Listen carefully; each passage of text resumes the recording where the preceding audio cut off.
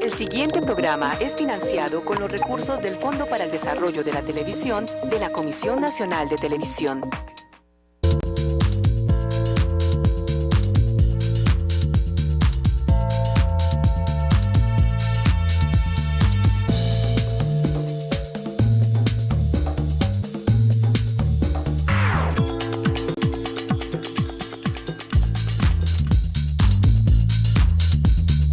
Buenas tardes para todos nuestros televidentes. Esta Red Vital se conecta con ustedes todas las tardes de 3:30 a 4:30 para que compartamos distintos temas que tienen que ver con la calidad de vida de los y las ciudadanas, de las familias especialmente.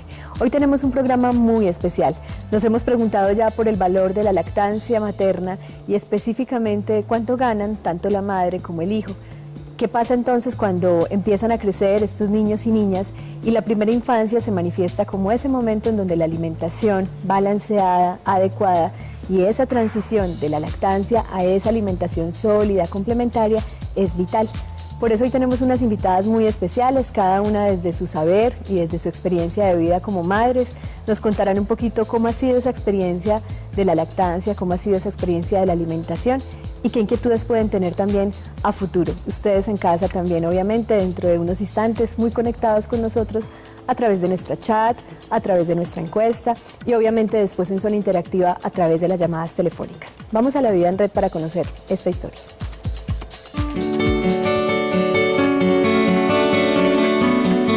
Mi nombre es Margarita María Zapata, mi esposo se llama Juan Clímaco Botero Botero y mi hija se llama Antonia Botero Zapata. Antonia tiene 3 años y 2 meses.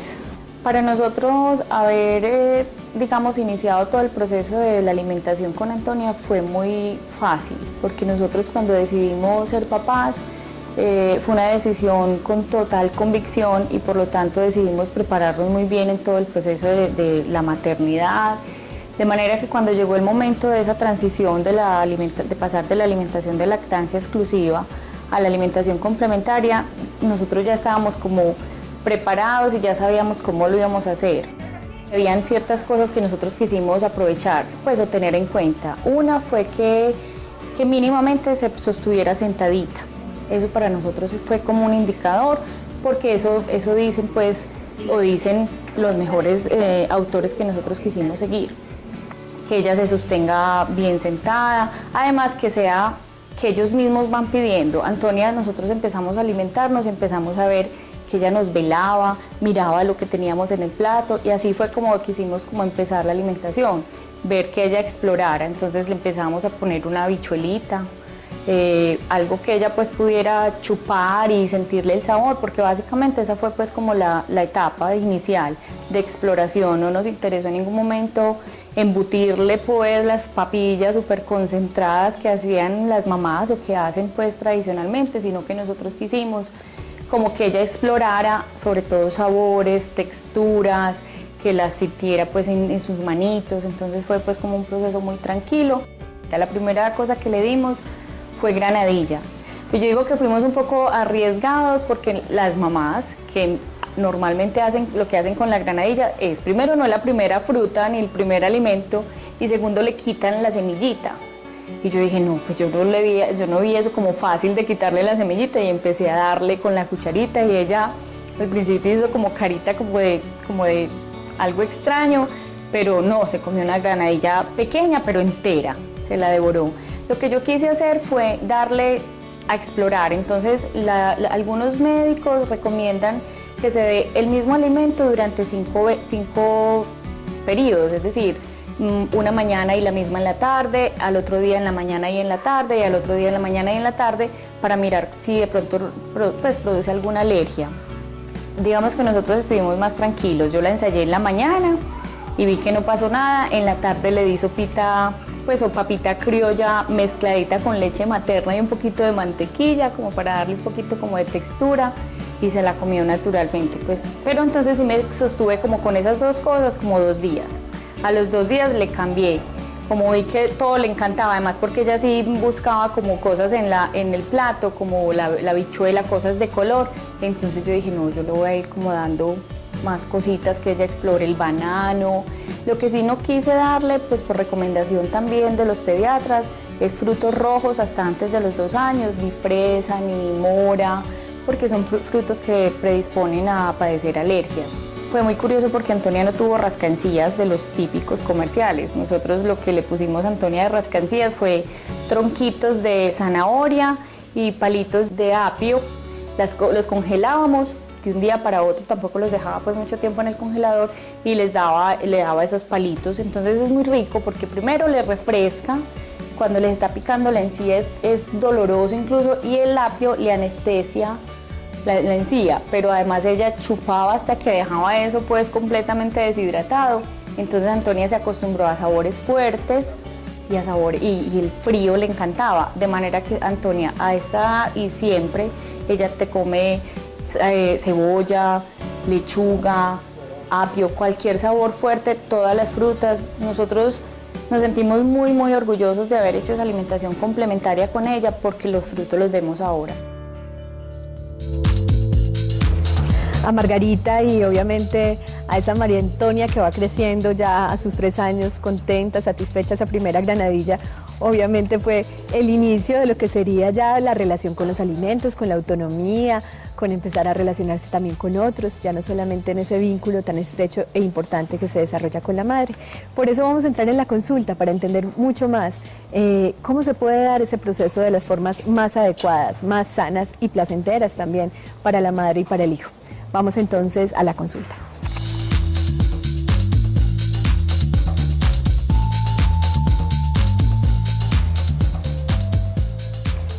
En la consulta de esta tarde nos acompaña Ángela Cecilia Giraldo.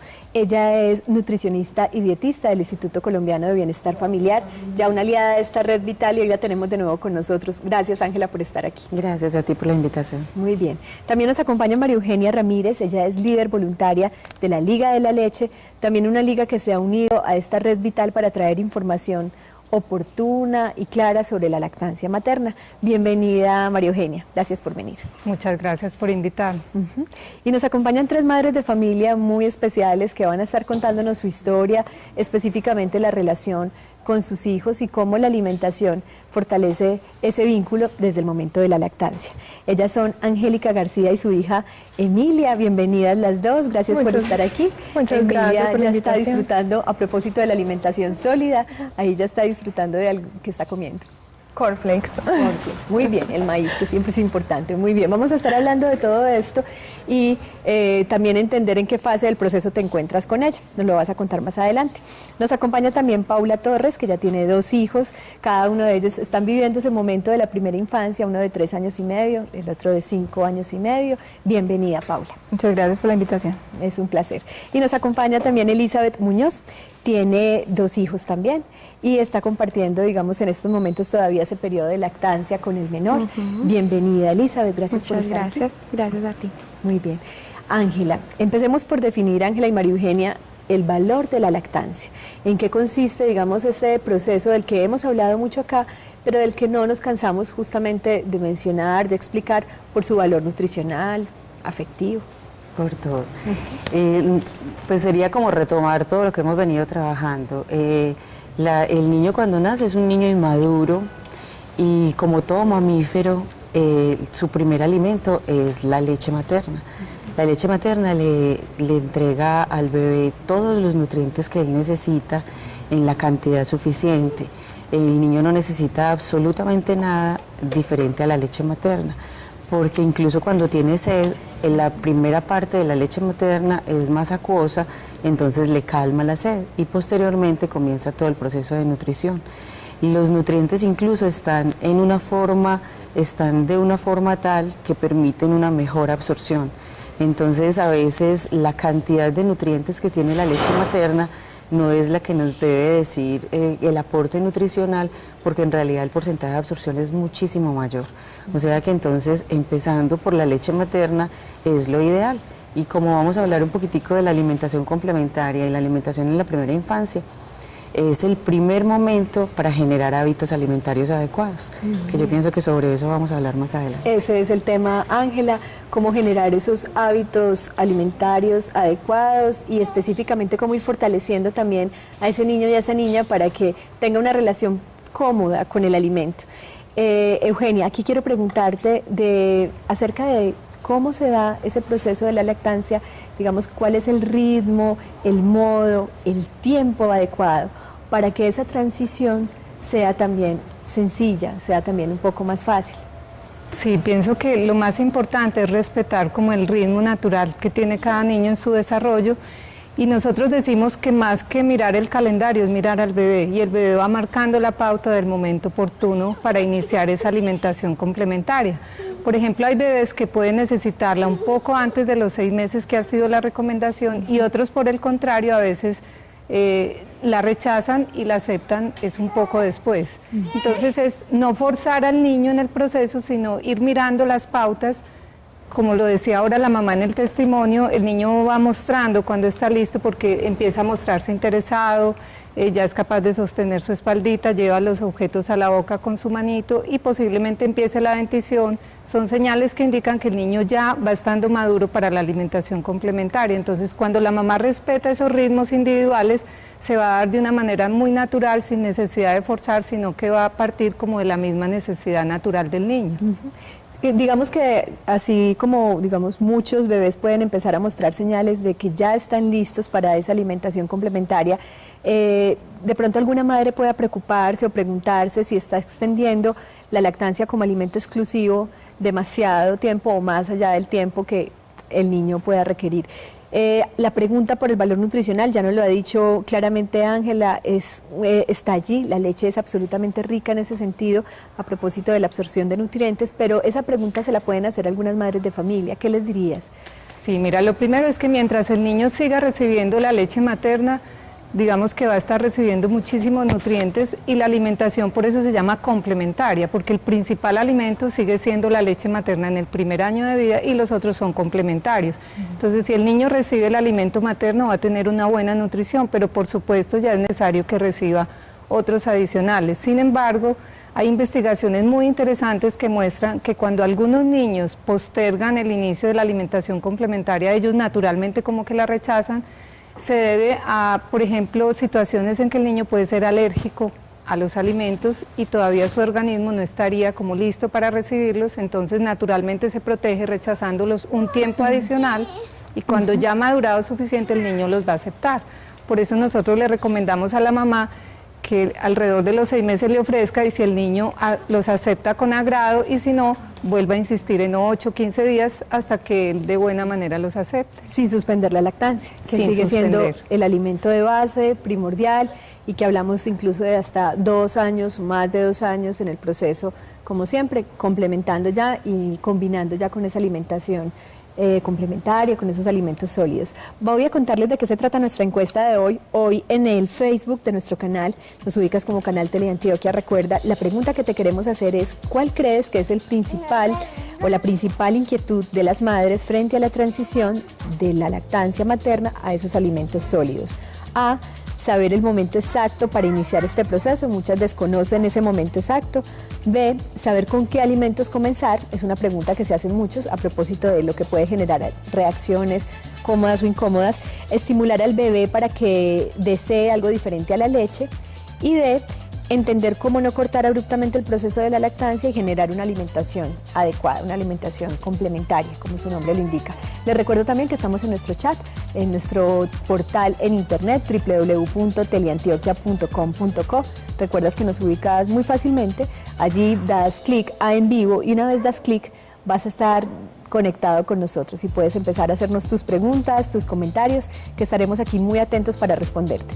Vamos a hacer una primera pausa y ya regresamos para seguir entendiendo el tema de una alimentación adecuada, balanceada en la primera infancia, la lactancia y esa transición. Ya volvemos.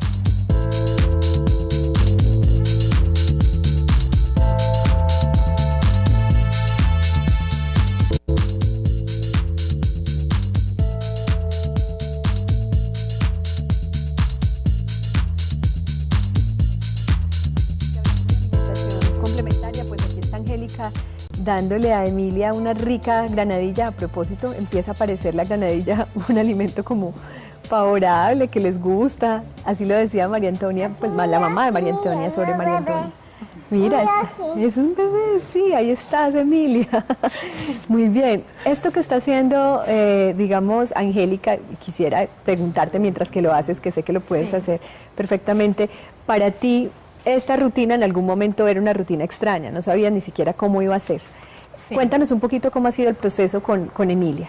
Bueno, nosotros empezamos pues muy tranquilos la alimentación complementaria, nunca la presionamos a que comiera nada, de hecho básicamente ni siquiera le ofrecimos alimentos, o sea, desde que ella se pudo sentar, se sentó en la mesa familiar, se le puso una silla, ella se sentaba en la mesa, al principio simplemente le poníamos unos juguetitos en la mesa y ella nos veía comer. Y en algún momento empezó a interesarse ella misma por lo que nosotros estábamos comiendo y cuando vimos que ella mostró interés, entonces le fuimos dando pedacitos de algo para que fuera probando y así lentamente ella solita fue decidiendo qué comía, qué no comía, a veces pues probaba un alimento y no le gustaba, entonces ella simplemente pues no se lo comía y luego de un tiempo volvíamos e intentábamos dárselo a ver si lo aceptaba, pero siempre pues muy tranquilo y sin mucha presión. Ansiedad y sin mucha presión. ¿Cuántos meses tenía ya en ese momento? Cuando pues se sentó en la mesa a los 6 meses, más o menos 6 meses y medio que pudo sentarse, pero a comer empezó más o menos como a los 7 meses y medio, o sea, como a probar las cosas, a interesarse por la comida y hasta ese momento le respetamos sus tiempos sin ninguna presión. Muy bien. ¿Sigue en estos momentos el proceso, el de lactancia, hasta qué momento? Sí. Ella todavía es amamantada. Ya muy poquito, pues ya solamente toma al mediodía para dormir la siesta y en la noche pues para dormirse. Entonces ya está como dentro de su proceso de destete, pero todavía no se ha destetado completamente. Completamente. Digamos que Angélica está mencionándonos un tema importante que tiene que ver con esa transición y la pregunta acerca del destete completo, ¿sí? Ese destete parcial suele ser una herramienta clave por un lado, mientras que el bebé se va adaptando a esa nueva alimentación, pero también afectivamente y a nivel de lo que se está construyendo en el niño y en la niña, ¿qué ocurre? Quisiera escuchar de ambas, digamos, porque hay mucha ansiedad en torno a ese tema, ¿cierto? Muchas veces, creo yo, se aceleran también las mamás a alimentar con sólidos o con otro tipo de alimentos a los niños buscando acelerar el destete de manera completa, o también lo prolongan o lo postergan, evitando que llegue ese momento. ¿Qué piensan ustedes del tema? La alimentación complementaria definitivamente debe iniciarse con una motivación desde los 6 meses, porque la leche materna, siendo un alimento completamente nutritivo, ya no es suficiente. Entonces, lo ideal es mantener la lactancia materna, pero ir incluyendo alimentos. Y ya hasta el año de vida, la leche se convierte en el alimento que incluso es para nosotros.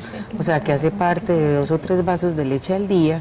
Entonces, con una mamá que está lactando, sería 2 o 3 veces de lactancia materna al día, e incluyendo todos los otros alimentos, cuando yo voy incluyendo cada momento de alimentación. Entonces, el destete, la propuesta es hasta los 24 meses, porque ahí inicia el proceso de socialización del niño, al menos idealmente, ¿cierto? Estamos hablando idealmente de una mamá que puede cuidar a su bebé hasta los 24 meses. A los 24 meses, entonces el niño inicia ese proceso de socialización, donde entonces es importante que él salga al jardín, al hogar infantil, al hogar comunitario, o al encuentro con los pares que tenga en su vecindario, y entonces allí obviamente va a ocurrir un destete muy fácil, porque entonces él está sustituyendo a la mamá, pero por los amigos, ¿cierto? O sea, está como en otro vínculo diferente. Pero el destete va a depender de cada estilo de vida de las personas, quienes inician a trabajar antes. Entonces, lo que promovemos nosotros es que a pesar de que haya un inicio temprano en el trabajo, haya extracción de leche, que se pueda almacenar y el niño pueda mantener el consumo, o la niña mantener el consumo de leche.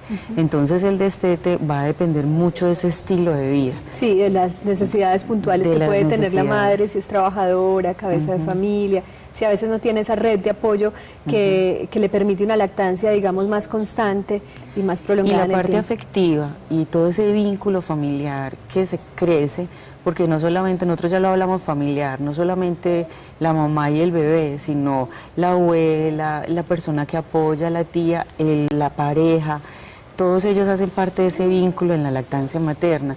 Entonces, en la medida en que ese vínculo se ha hecho de una manera afectuosa, amorosa, tranquila, porque mira que todo lo que estamos hablando de los testimonios es la ansiedad. Mientras no haya ansiedad, el proceso de destete va a ser un proceso no digamos que fácil, pero sí un proceso más natural, ¿cierto? No va a ser un momento dramático y una ruptura fuerte para el niño. Muy bien, vamos a escuchar también a esas madres. Eugenia, ¿qué piensas al respecto de esta pregunta? Sí, mira, hay algo muy importante y es entender que la lactancia no es solo leche como tal o alimento físico, sino precisamente lo que decía Ángela, ese vínculo afectivo. Entonces, por eso el niño después del año todavía necesita ese contacto permanente con la madre que lo logra a través de la lactancia. Entonces, finalmente, el destete, ¿qué es? Es un proceso de maduración emocional en el niño. No es simplemente que ya el niño pueda comer todos los alimentos, sino que ya esté listo, digamos, emocionalmente para hacer esa separación de su madre, para haber superado esa necesidad permanente de contacto y unión con la madre. Por eso, igual que hablamos de la alimentación complementaria, el destete es un proceso individual en cada niño. Algunos niños lo lograrán antes y otros un poco después, y tampoco se debe forzar, sino acompañar, y lo que nosotros recomendamos es que después del año la mamá no ofrezca el pecho, pero tampoco rechace. Y después del año. Después del año, que simplemente se le ofrezca cuando el niño lo pide y se le vayan dando otras cosas a cambio, porque a veces lo que el niño pide puede no ser tanto como leche, sino la atención de la mamá. Entonces, si la mamá le ofrece otro tipo de atención, el niño va como diversificando esa relación con su mamá, que no es solamente a través del pecho como puede estar con su mamá. Puede jugar, puede salir a dar un paseo, armar un rompecabezas, leer un cuento o comer otro alimento, y así gradualmente se va induciendo el destete, pero debe ser un proceso muy gradual y con mucho amor para que no sea una pérdida para el niño. Claro que sí, y también para que en ese proceso en donde la madre puede ser compañía, amor y afecto, no solamente a nivel del contacto de la lactancia, el niño también empiece a fortalecer las habilidades que requiere para relacionarse con ese otro entorno más grande. Aquí Emilia está hablando de atención y diciéndonos muchas cosas. Yo creo que quiere otra granadilla. A propósito del tema, cuando miras, por ejemplo, voy a preguntarle aquí a Paula, ver acá a Angélica, pues darle la granadilla a Emilia, que ya se la comió toda y yo creo que tiene muchas ganas de comer muchas más, está ahí muy contenta. La pregunta por el alimento, en tu caso ya son 2 hijos, ya el primero me imagino que fue una experiencia distinta a la del segundo. Háblanos un poquito de ambas experiencias y para ti, ¿cuáles fueron los principales retos y los mitos a derrumbar, ¿sí?, cuando se trata del tema de la lactancia y de la alimentación? Sí, bueno, pues pensándolo pues desde mi perspectiva de hoy, yo pienso que fue muy importante haber estado bien informada desde un principio, que me parece que eso a veces es como lo que falta, estar bien informado e informado de la manera correcta, asesorado por personas que te puedan como guiar hacia dónde estás. Entonces, para mí, por ejemplo, el apoyo de la Liga de la Leche fue fundamental, porque pude entender muchas cosas que estaban pasando. Emocionalmente es una cosa muy fuerte tener un hijo, pues porque tu vida cambia, cambian tus actividades diarias, ¿cierto? Entonces, son un montón de cambios. Y me parece que haber tenido esa información, ese apoyo de ellas, esa guía que me dieron fue muy importante, porque todo pasó de una manera muy natural. Teniendo la información, pasó de una manera muy natural. Entonces, por ejemplo, con mi hijo mayor, veía ahorita el video y me pasó algo pues muy similar, porque él, como Angélica decía, lo sentábamos en la mesa, él nos empezó a ver comer y él nos miraba como con ganas de denme lo que están comiendo. Entonces fue así como un proceso, ¿cierto? Y fue muy importante saber que no teníamos que cocinar nada diferente a lo que nosotros estábamos comiendo, que no nos complicábamos la vida porque el niño tiene que comer una cosa y los papás comen otra, no, de la misma comida que nosotros cocinábamos, sacábamos lo de él, obviamente, sin sal, sin condimentos. Entonces, como por ejemplo al principio que se hace la sopa, cuando ya se iba a echar los condimentos, las sal, esas cosas, sacaba la carnita, las cositas de él aparte.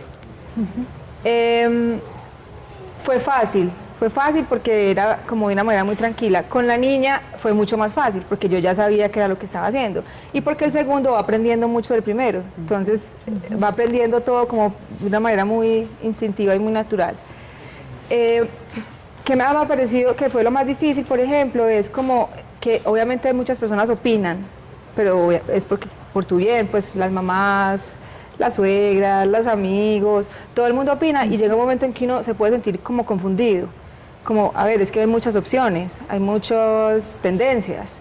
Entonces, para mí fue muy importante eso, estar bien informada, que mi pediatra es excelente y me acompañó mucho también en eso, y seguir mis instintos familiares, o sea, mi familia con mi esposo, qué es lo que nosotros queremos, cómo queremos criar a nuestros hijos, qué es lo que queremos ofrecerles, sin demeritar lo que las otras personas piensan, pero sí basarnos como mucho en la manera en que nosotros vivimos, porque cada familia vive de una manera distinta. Es particular, es única. En ese sentido, el destete ya final, por ejemplo, en el caso de tu hijo mayor, esa experiencia como tal, hay un momento en donde hay que empezar a tomar decisiones, ¿cierto? Sí. Digamos que ya es importante decir, bueno, está acá pasando algo, también puedo empezar a facilitar el proceso. ¿Qué hacías para facilitarlo? Bueno, yo realmente quería amamantar al mayor hasta los 2 años, esa era mi meta. Pero a los 15 meses quedé embarazada. Entonces dije, bueno, voy a intentar amamantarlo mientras esté embarazada, pero no fue fácil. Realmente no fue fácil porque me dolía, porque yo estaba cansada, esos primeros meses fueron difíciles. Entonces yo sí, pues él ya tenía 15 meses, yo simplemente le expliqué lo que estaba pasando, que tenía otro bebé adentro, que ya había sido nuestro momento. Entonces fue muy tranquilo. Y él ya pues venía comiendo muchas cosas y lo amamantaba, como decía Angélica, para dormir por la mañana cuando se levantaba, al mediodía cuando llegaba de la guardería para hacer la siesta y por la noche. Entonces no fue una cosa tan... Y fue explicarle que ya estaba grande, entonces él lo tomó muy tranquilo. Muy bien, hablarle también es, digamos, una forma de establecer. Muchos dirán, además, digamos que las madres casi siempre de manera natural utilizan la palabra, el tacto para explicarle al niño y a la niña, pero eso resulta también efectivo, empezar como a usar la palabra para explicarle al niño que están entrando en otro ritmo. Claro, claro que sí. Yo pienso que es que la palabra es nuestra conexión social. Desde que el bebé nace, cuando le cantamos, cuando le hablamos, uno ahí genera el vínculo y lo ingresa a su mundo cultural.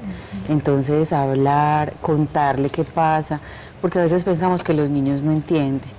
Y los niños entienden todo, porque a veces no solamente son las palabras que uno dice, sino la forma como lo dice, cómo se está expresando, el sentimiento que está ofreciendo.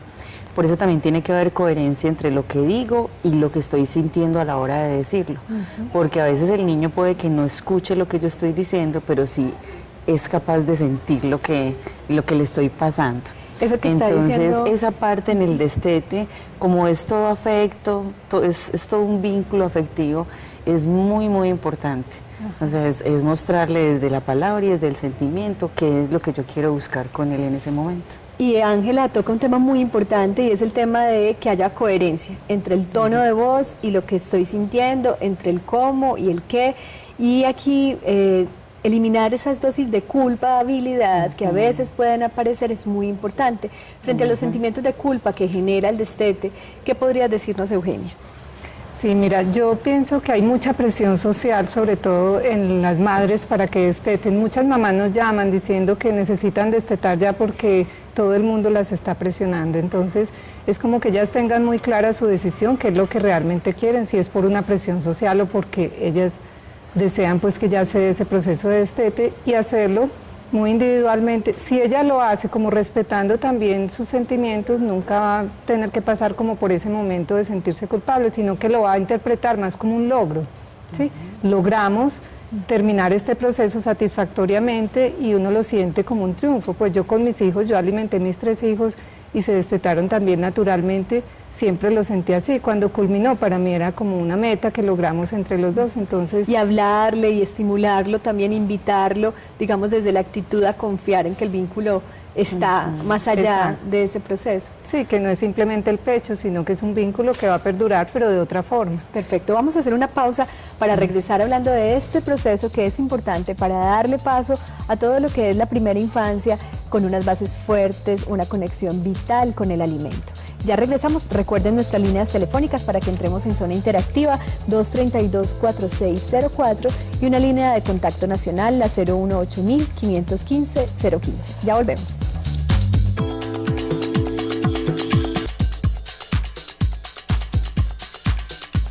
Recuerda que Teleantioquia tiene para ti un espacio en donde tu opinión, tus comentarios, todo lo que te inquieta frente a nuestra parrilla de programación está, digamos, abierto, estamos atentos para esto.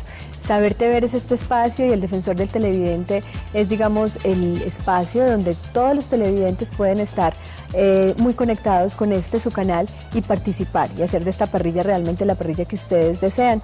Defensor@teleantioquia.com.co es ese espacio de interlocución, de comunicación que el defensor del televidente y Saber TV les ofrece. Entramos en zona interactiva.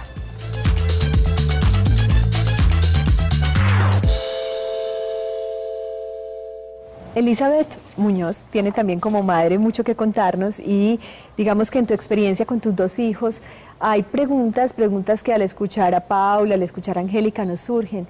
Tiene que ver con este asunto de los ritmos, las cantidades, la sensación de este muchacho quedó bien alimentado, está muy alentado, un montón de ideas culturales que giran en torno a lo que significa una alimentación buena, una buena alimentación balanceada. ¿Qué dirías tú? Mi experiencia con el niño mayor fue un poquito complicada en ese sentido, porque Pablo no es el niño gordito, grande, que todas las abuelas pues esperan ver y que como el niño modelo, pues que uno diga, este está comiendo y se está alimentando perfectamente. O sea, nosotros pasamos por un proceso complicado de mirar por qué no seguía pues la curva de todos los niños gorditos y grandes. Pablo es así, o sea, Pablo es un niño menudito, es un niño que nunca ha comido la cantidad que han comido el resto de los niños.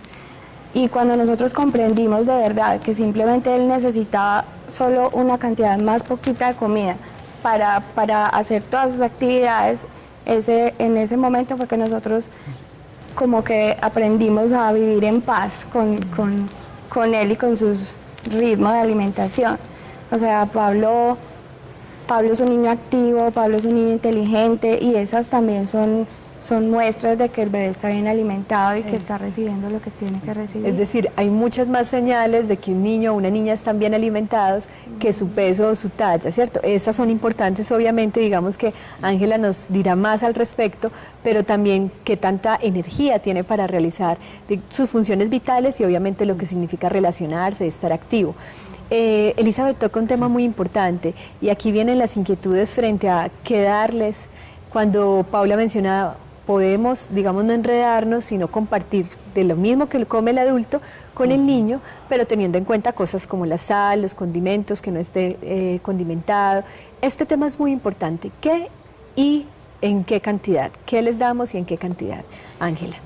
Bueno, eso lo hacemos con un proceso. Lo que se propone es iniciar con un momento de comida, luego pasar a otro e ir despacio, porque el niño se está incluyendo en un mundo diferente, ¿cierto? Perdón, cuando dices iniciar con un momento de comida y luego pasar al otro, es decir, a los 6 meses, o sea, nosotros ponemos ese límite de los 6, pero como decíamos ahorita, es un límite pues que puede ser antes o después, dependiendo de cada bebé. Pero ese límite es el que nos empieza a decir cuándo entonces iniciamos ese momento de alimentación. Nosotros normalmente en nuestros hábitos cotidianos tenemos 3 momentos de alimentación y eventualmente utilizamos otros 2 momentos como de refrigerio. A los niños los podemos incluir en ese proceso, iniciando por ejemplo con el desayuno. Lo hacemos 2, 3, 4 días, luego el almuerzo, pues manteniendo el desayuno y posteriormente iniciamos con la comida. O sea que es un proceso lento y eso va desplazando el momento en que los bebés reciben lactancia materna. Entonces, ¿qué ofrecer? Lo que nosotros proponemos es, lo que hablábamos ahorita, es sin sal, sin azúcar, sin condimentos. Entonces, si bien voy a utilizar la alimentación de la casa, vamos a buscar que sea una alimentación variada, saludable y que no va a tener la terminación que tiene la de la casa, o sea, la vamos a sacar antes de que le echamos la sal, por ejemplo, o algún condimento adicional que vamos a utilizar. ¿Por qué? Porque lo que buscamos es, obviamente, alimentar y nutrir, Pero hay otra intención que es muy importante porque va a motivar lo que va a pasar de ahí en adelante toda la vida. Lo que yo haga en ese primer momento y durante los 2 primeros años de vida y toda la primera infancia va a marcar al niño durante toda la vida.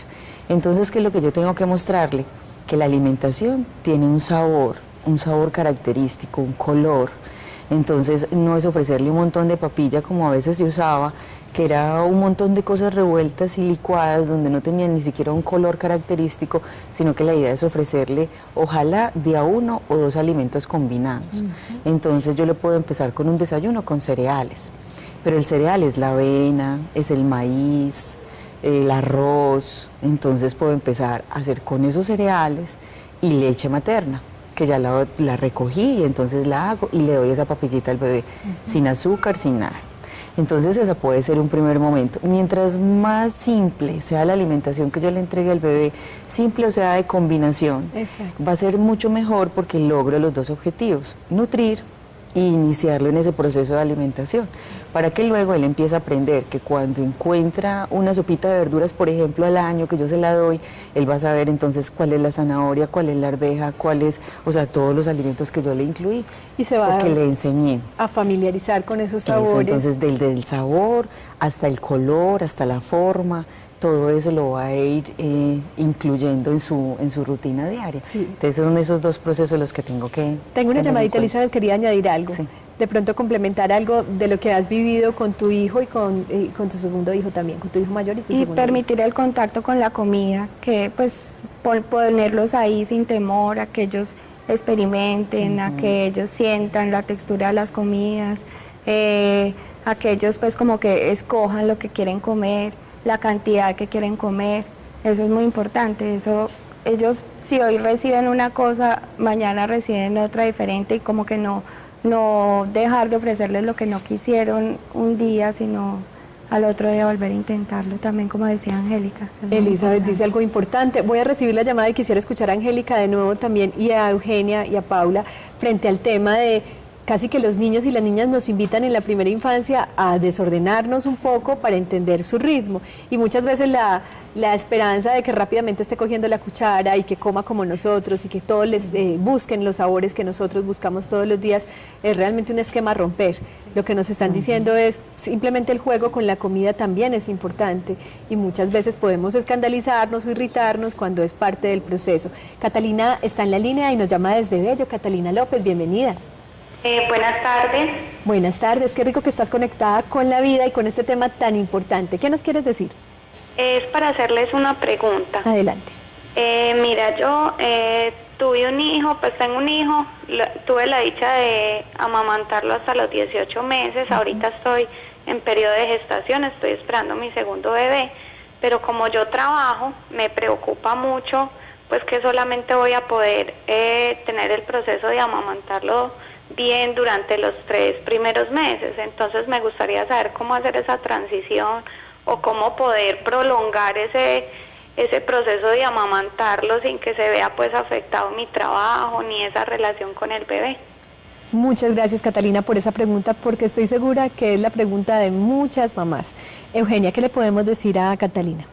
Sí, una madre que tiene que ausentarse del hogar para ir a trabajar y separarse de su bebé puede desde 1 o 2 meses antes empezar a hacer lo que llamamos el banco de leche. Ella gradualmente, después de cada amamantada, puede extraerse el poquito que le sobra y va, digamos, almacenándolo en un envase estéril y lo congela cuando ya tenga una cantidad más o menos de 3 o 4 onzas. El envase, perdón, no debe ser de plástico, debe ser de... Pues mira, sobre eso ha habido una discusión y hoy en día se habla de casi que cualquier envase podría servir siempre y cuando sea un envase donde se puedan almacenar alimentos, porque hay plásticos que son tóxicos, entonces deben ser envases plásticos para alimentos o de vidrio que estén bien higiénicos y que tengan una tapa hermética, pues que selle bien el envase. Esa es como la norma, digamos, general, más importante. Cuando la mamá ya almacena unas 3 o 4 onzas más o menos, debe marcarlo con la fecha y congelar la leche para que le dure más de 3 meses si está congelada en un congelador cuya puerta es independiente de la puerta de la nevera. Sí, si el congelador queda dentro de la misma puerta de la nevera, pues no duraría más de 1 mes congelada. Perfecto. Porque cada que la puerta se abre pierde temperatura. Entonces la mamá va almacenando su leche 1 o 2 meses antes de irse a trabajar para que el día que se vaya a trabajar ella ya tenga su leche almacenada y puedan dársela al bebé cuando no está presente. Igual en su lugar de trabajo ella debe extraerse la leche por lo menos una vez en la mañana y otra en la tarde para que ese estímulo mantenga la producción. Y va al retornar a su casa a volver a amamantar a su bebé en el tiempo que ella permanece con su niño, en las noches o al mediodía o en la mañana antes de salir a trabajar. Recordemos que la madre que es asalariada tiene 1 hora de lactancia dentro de su jornada laboral legalmente y ella puede aprovechar esa hora para llegar más tarde a su trabajo o salir más temprano y así poder pues acortar esa separación con su niño. Muy bien. Esa es como la Y eso manera. es muy importante porque el llamado que haces, Eugenia, cuando dices esto también es a que esas mujeres se reconozcan sujetos de derecho frente a este tema, en donde las empresas obviamente deben hacer un reconocimiento y un respeto por ese derecho que tienen las madres y obviamente sus bebés.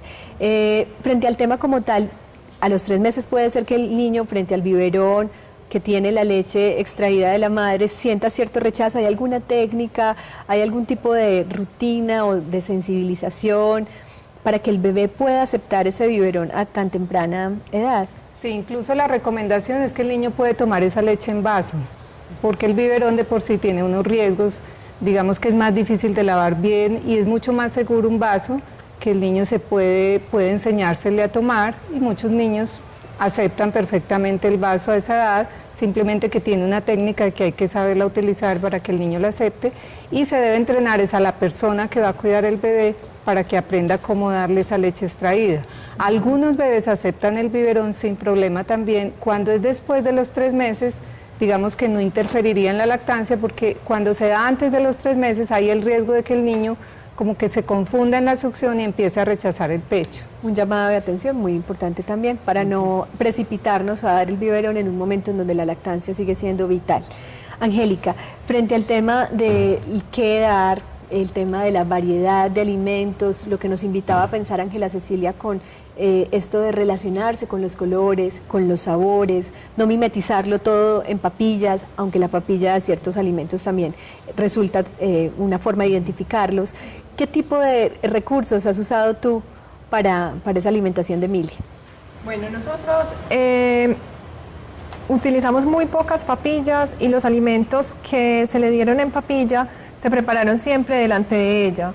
O sea, por ejemplo, tomábamos una manzana, la sentábamos en la mesa, que ella viera la manzana, jugara con la manzana y luego la rallábamos con un ralladorcito, la pelábamos y la rallábamos y le dábamos el resultado, pues el ralladito de la manzana, pero ella estaba viendo de dónde venía como todo ese alimento, ¿cierto? O el banano, entonces se tomaba un banano, se le dejaba probar, mirar y ya lo estripábamos pues un poquito con el tenedor y se le daba como en pedacitos pequeños, pues así estripadito, pero no, pues no licuado, no que el niño no lo vea, o sea, no que de un momento a otro se le presente como una coquita con algo que él ni siquiera sabe cómo qué es ni de dónde viene. Y una cosa muy importante es que comer no es solamente a lo que sabe la comida, o sea, nosotros mismos, si uno va a un restaurante y te sirven todo bonito, te ponen el plato bonito, te provoca muchísimo más comer. Entonces comer, uno tiene que comer con todos los sentidos, o sea, los niños tienen que oler la comida, tienen que tocar la comida, que probar las texturas, que saber que todo es como diferente. Entonces es muy importante uno ofrecerles los alimentos en diferentes variaciones, de pronto la manzanita rallada, otra vez en cuadritos, que el niño la toque, sienta cómo es la consistencia, que se ensucie, pues eso no, o sea, no es pensar como que ellos desde el principio van a comer con cuchara y limpiarse pues con las billetas, sino permitirles que ellos se ensucien, se unten, experimenten, para que le cojan como el gusto a la comida, o sea, que la hora de la comida no sea como un castigo que tienes que comer y yo te voy metiendo la comida, sino que ellos mismos vayan como encontrándole el gusto a comer. A comer. Y ese tema de que tienes que comer, que empieza a sonar a castigo, que genera tanta ansiedad, porque las madres obviamente y los padres también, y aquí quiero hacer esta pregunta, ¿qué tanto se vincula el entorno cercano en ese proceso de la alimentación? ¿Cómo lo has sentido tú, Paula? ¿Qué tan importante es ese momento, cómo bajarle los niveles de ansiedad para que cuando te sientas ahí a comer con tus 2 chiquitines pues puedas disfrutarlo y él sienta y ellos sientan que lo estás disfrutando también? Sí, lo primero yo creo que es entender que todos somos distintos, entonces todos comemos distinto, a todos nos da a unos más hambre, a otros menos hambre, entonces es aprender a conocer al niño, porque uno pues si observa es capaz de como identificar esos momentos. Si viene uno con mucha presión, pues por lo menos yo sí sentía como una presión de cómo nos educaron a nosotros, pues que comer es una obligación, no tanto un disfrute, ¿cierto? Entonces es como eso, como volverlo un momento agradable, un momento de familia, pero también motivar desde la alimentación como la independencia del niño después, porque se encuentra uno muchas veces con niños que no comen nada, porque solamente les dan papas y pollo, que no son capaces de comer solos, porque el niño no se ensucia, le das la comida, ¿cierto? Entonces, como dejar que el niño, lo que decíamos, experimente, pero también que encuentre en la comida un punto como para su independencia, porque uno ve que se vuelven niños seguros, que cuando entran al colegio y tienen que comer en el colegio, ellos van a ser capaces de comer todo lo que les ofrecen, y que bueno, de pronto a mi hijo no le gusta el jugo de mora, pero entonces toma leche o toma jugo de mango, o sea, que dentro de las opciones de alimentación que hay, obviamente no les va a gustar todo, porque pues los gustos son diferentes, pero sí motivarlos a que desde la alimentación ellos sean independientes, y eso te ayuda también a vos también a disfrutar, porque es que no hay, yo no sé a ustedes si les pasa, pues, pero uno sentarse a almorzar y ver que el muchachito no come, y entonces que te comas esto, que entonces vos tampoco disfrutás de tu momento de alimentación, y la idea es comer en familia, no que los niños coman primero y después vos, sino es un acto de la familia en el que todos estamos disfrutando. Eso a veces es más fácil, a veces es más difícil, pues es un proceso al que uno llega. Exacto. Pero sí me parece como chévere incentivar eso, como la independencia desde la alimentación. Estamos educados para no ensuciarnos, para no derramar, entonces quitar esos paradigmas a veces es difícil, pero uno lo puede lograr. Y el resultado después que uno ve en los niños es una cosa muy bacana. Cuando uno ve que pueden ir a otra casa y ellos van a estar tranquilos porque van a comer. Hay personas adultas incluso para las que comer afuera es un problema. Exacto. Comer afuera es un problema, y muchas veces la ansiedad de que el chico o la chica, el niño o la niña ni siquiera solicitan el alimento. Muchos de esos niños, como tú dices, independientes, autónomos, empiezan ellos mismos a pedir y quieren comer, y ellos mismos van buscando una alimentación y saben también qué les gusta, qué no les gusta, qué les cae bien y qué no. Hay una pregunta en el chat. MZ quiere saber cómo se puede identificar el momento en donde el niño o la niña está saciado.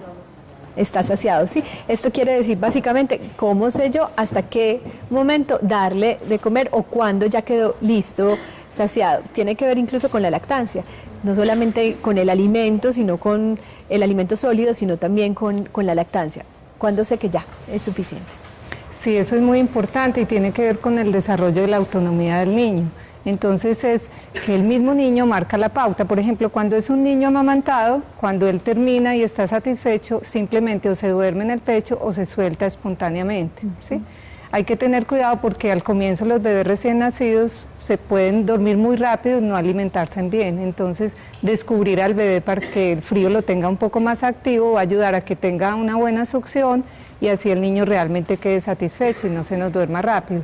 Ya cuando es un niño mayorcito, iniciamos la alimentación complementaria, entonces la idea es que el niño simplemente cuando quiere comer, él abre su boquita o coge y él mismo se lleva a la boca, pero cuando el niño dice no quiero más y cierra su boquita, listo, ya está satisfecho y no se debe forzar.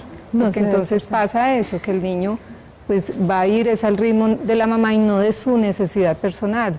El organismo y la naturaleza es muy sabia y cuando el niño ha llenado como sus necesidades nutricionales, él mismo va a expresar que ya está satisfecho. Muy bien, vamos a hacer una conexión con unos recomendados que les van a permitir enterarse todavía más de lo que significa este proceso valiosísimo de la alimentación en la primera infancia, de esa transición de la lactancia a la alimentación complementaria, y también les contaremos de un congreso muy especial que habrá en la ciudad para que nos enteremos mucho más de lo que significa este momento vital en la vida de todos y de todas.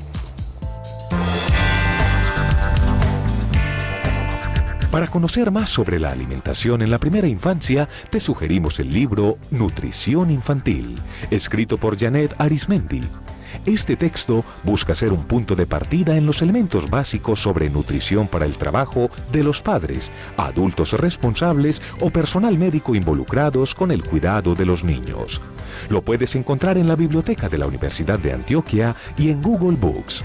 Si te interesa ampliar la información acerca de la transición de la lactancia a la dieta complementaria del bebé, visita entonces la página www.guiainfantil.com, entrando directamente al link de alimentación, y allí te brindarán toda la orientación necesaria de los alimentos y leche materna que debes suministrar al bebé mes a mes en sus diferentes etapas de crecimiento. Recuerda visitar nuestro micrositio en www.teleantioquia.com.co. Síguenos en Facebook como Canal Teleantioquia y búscanos en Twitter como @teleantioquia /Red Vital.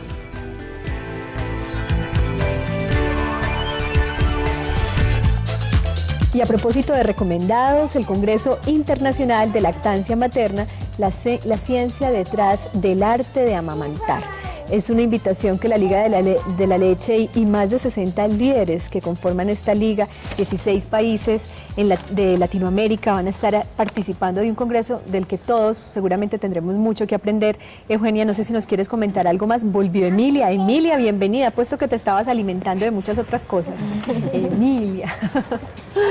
Sí, a propósito del tema de hoy, entonces quiero invitarlos porque es un congreso muy especial. No solamente nos reunimos las líderes de Latinoamérica, sino que vamos a tener a todo el personal de salud, o todas las personas que tienen que ver con la primera infancia, convocadas para hablar con expertos en el tema. Tenemos invitados muy especiales, el doctor Carlos González, que es un pediatra español, defensor pues, de la crianza con apego, el doctor Jack Newman, quien creó la primera clínica de lactancia en Canadá, la doctora Mónica Tesone, que es una psicóloga especialista en el tema, sobre todo en la parte afectiva, y el doctor Héctor Martínez de Colombia, que nos va a hablar del método canguro. Además, simultáneo con el congreso vamos a tener conferencias para padres, para papás y mamás, sobre los temas de crianza y alimentación de los niños. 2 y 3 de noviembre, la información de la Liga de la Leche, los datos y teléfonos han estado apareciendo por si quieren más información. Nos quería comentar algo más, Paula, muy brevemente, que nos queda poco tiempo. Sí, que también es importante tener en cuenta que los niños comen diferente según la edad en la que estén. No come igual un niño de 8 meses, ni un niño de 1 año, ni un niño de 2 años. Depende mucho de la etapa de crecimiento en el que esté, de las actividades físicas que realice. Entonces, eso también es importante saberlo porque uno se angustia. O sea, el niño, por ejemplo, el primer año come mucho porque está creciendo mucho, pero el segundo año el crecimiento incluso pues en altura no es tanto con respecto a los 3. Entonces, obviamente baja la cantidad de alimentación que tiene, pero uno se confunde. Claro. Porque pensará pues que algo más está sucediendo. ¿Qué está pasando? Sí. Muy bien, pues aquí Paula nos acaba de dejar una última sugerencia, estar atentos a que los ritmos fluctúan, cambian. El 50% de las personas en la encuesta consideran que el principal miedo es a no romper abruptamente ese vínculo de la lactancia materna a la alimentación complementaria. Para esto hay mucha información, el ICBF, la Liga de la Leche y todas las personas que en el mundo están trabajando por una información más humanizada y respetuosa de los procesos tanto de la madre como del hijo. Y recuerden que esto es un asunto de familia, de un acompañamiento, de que comer sea un placer, no solamente un deber o una obligación. 25% consideran que no saben cuál es el momento exacto y que tampoco el otro 25% consideran que tienen dudas sobre con qué alimento comenzar. Ahí vamos aclarándolas poco a poco. Muchas gracias a ustedes, un aplauso para ustedes, para Emilia también, que está muy conversadora, un aplauso para todos. Muchas gracias.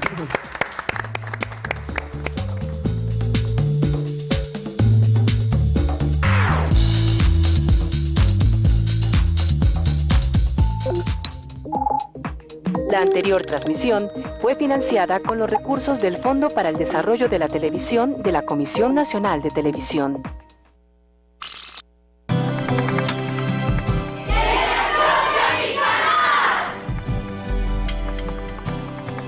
Vamos a La Vida en Red para conocer esta historia.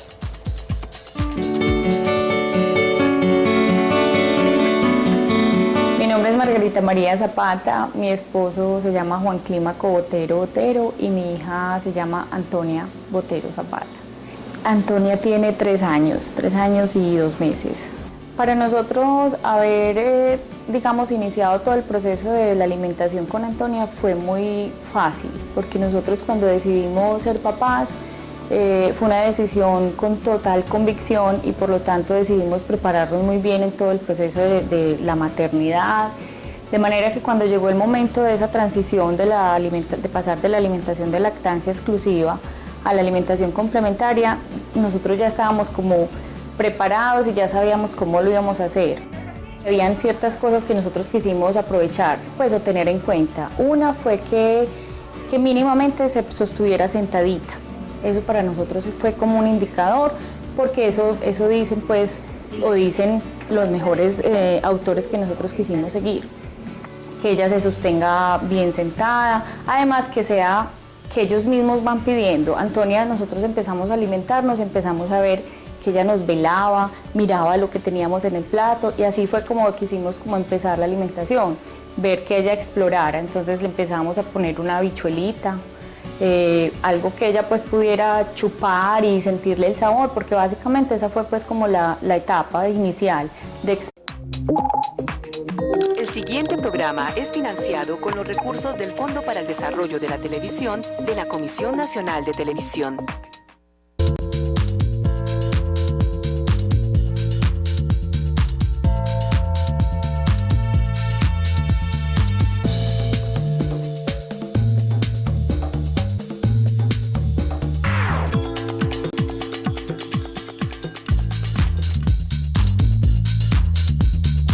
Buenas tardes para todos nuestros televidentes. Esta Red Vital se conecta con ustedes todas las tardes de 3:30 a 4:30 para que compartamos distintos temas que tienen que ver con la calidad de vida de los y las ciudadanas, de las familias especialmente.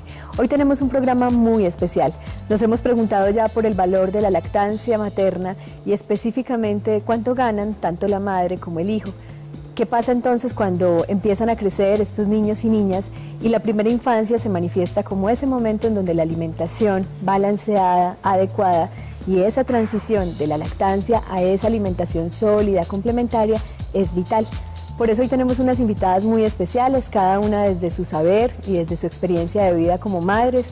Nos contarán un poquito cómo ha sido esa experiencia de la lactancia, cómo ha sido esa experiencia de la alimentación y qué inquietudes pueden tener también a futuro. Ustedes en casa también, obviamente, dentro de unos instantes muy conectados con nosotros a través de nuestra chat, a través de nuestra encuesta y obviamente después en Zona Interactiva a través de las llamadas telefónicas. Exploración, no nos interesó en ningún momento embutirle pues las papillas súper concentradas que hacían las mamás o que hacen pues tradicionalmente, sino que nosotros quisimos como que ella explorara sobre todo sabores, texturas, que las sintiera pues en sus manitos. Entonces fue pues como un proceso muy tranquilo. La primera cosa que le dimos fue granadilla. Pues yo digo que fuimos un poco arriesgados porque las mamás que normalmente hacen lo que hacen con la granadilla es, primero, no es la primera fruta ni el primer alimento, y segundo, le quitan la semillita. Y yo dije, no, pues yo no vi eso como fácil de quitarle la semillita, y empecé a darle con la cucharita y ella al principio hizo como carita como de algo extraño, pero no, se comió una granadilla pequeña pero entera, se la devoró. Lo que yo quise hacer fue darle a explorar. Entonces algunos médicos recomiendan que se dé el mismo alimento durante 5 periodos, es decir, una mañana y la misma en la tarde, al otro día en la mañana y en la tarde, y al otro día en la mañana y en la tarde, para mirar si de pronto pues, produce alguna alergia. Digamos que nosotros estuvimos más tranquilos. Yo la ensayé en la mañana y vi que no pasó nada. En la tarde le di sopita, pues o papita criolla mezcladita con leche materna y un poquito de mantequilla, como para darle un poquito como de textura, y se la comió naturalmente. Pues. Pero entonces sí me sostuve como con esas dos cosas como 2 días. A los 2 días le cambié. Como vi que todo le encantaba, además porque ella sí... Con otros, ya no solamente en ese vínculo tan estrecho e importante que se desarrolla con la madre. Por eso vamos a entrar en la consulta para entender mucho más cómo se puede dar ese proceso de las formas más adecuadas, más sanas y placenteras también para la madre y para el hijo. Vamos entonces a la consulta.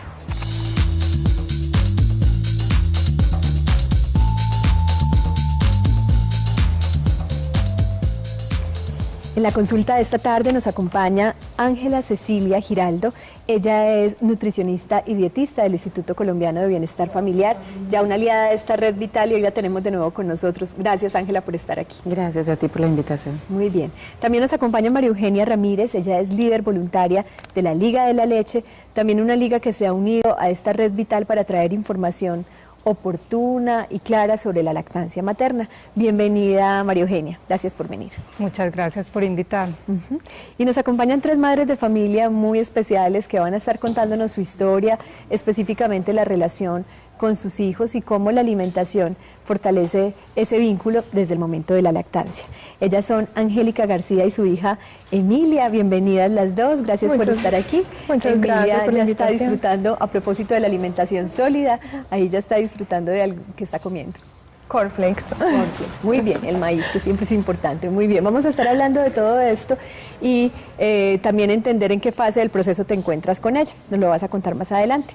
Nos acompaña también Paula Torres, que ya tiene 2 hijos. Y buscaba como cosas en el plato, como la habichuela, cosas de color. Entonces yo dije, no, yo le voy a ir como dando más cositas, que ella explore el banano. Lo que sí no quise darle, pues por recomendación también de los pediatras, es frutos rojos hasta antes de los 2 años, ni fresa, ni mora, porque son frutos que predisponen a padecer alergias. Fue muy curioso porque Antonia no tuvo rascancillas de los típicos comerciales. Nosotros lo que le pusimos a Antonia de rascancillas fue tronquitos de zanahoria y palitos de apio. Los congelábamos de un día para otro, tampoco los dejaba pues mucho tiempo en el congelador y le daba esos palitos. Entonces es muy rico porque primero le refresca, cuando les está picando la encía es doloroso incluso, y el apio le anestesia la encía, pero además ella chupaba hasta que dejaba eso pues completamente deshidratado. Entonces Antonia se acostumbró a sabores fuertes y el frío le encantaba, de manera que Antonia a esta edad y siempre ella te come cebolla, lechuga, apio, cualquier sabor fuerte, todas las frutas. Nosotros nos sentimos muy muy orgullosos de haber hecho esa alimentación complementaria con ella porque los frutos los vemos ahora. A Margarita y obviamente a esa María Antonia que va creciendo ya a sus 3 años, contenta, satisfecha. Esa primera granadilla obviamente fue el inicio de lo que sería ya la relación con los alimentos, con la autonomía, con empezar a relacionarse también